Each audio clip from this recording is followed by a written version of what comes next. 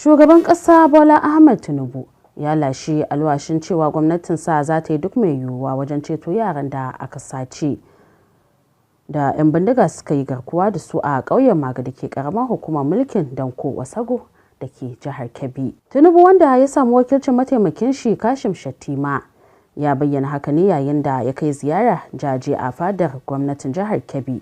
Wakilinmu daga Kebbi, Jabir Redwan, na ɗauke da ci gaban rahoton. Shugaban ƙasa Bola Ahmed Tinubu dai ya bayyana haka ne a ranar Laraba yayin da ya tura mataimakin shi Kashim Shettima domin ya jajantawa gwamnatin jihar Kebbi da kuma al'ummar jihar Kebbi da iyayen yaran da aka yi garkuwa da su akalla 25 na makarantar Maga da ke karamar hukumar Danko Wasagu. Insha Allah na taho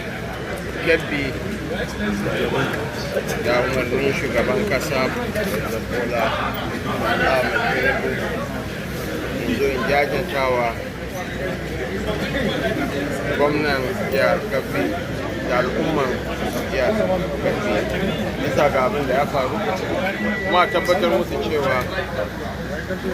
gwamnatin tarayya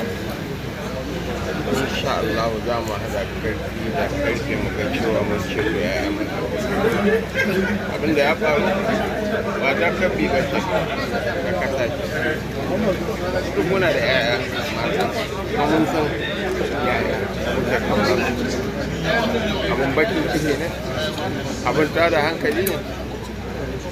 amma insha Allah mun yi imani za mu samu muna godewa gwamnan Kebbi, yana nan kansa a kan bakansa, yana tallafawa jami'an tsaro, kuma insha Allah zai ba mu.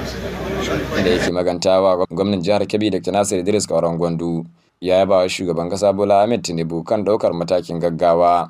na aiki da mataimakin shi domin jajanta al'ummar jihar kan lamarin da ya faru. Kan abin da ya faru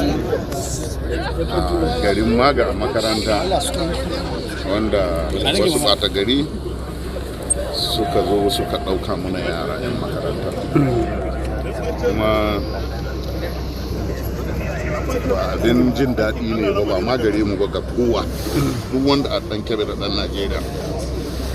ba zai ji daɗin wannan abin da ya faru ba. Yara sun je uwayensu sun kai su makaranta domin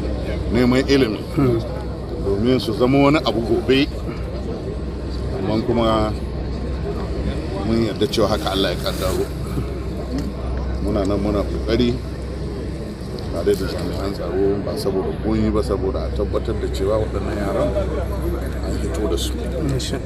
ba ma an hito da su, a fito da su lafiya lau. A wata mai kama da haka kuma shugaban karamar hukumar mulkin Danko Wasagu Honorable Hussein Aliyu ya karyata wasu kalamai dan majalisar Amurka Rel More, inda ya zargin cewa wayannan ɗaliban da aka sace mafi yawan su mabiya addinin Kirista ne. Aliyu ya bayyana cewa dukkan yaran da aka yi garkuwa da su dukan su musulmai ne, inda ya buƙaci wannan dan majalisa ya rika tantancewa da kuma bin diddigin labari kafin bayyana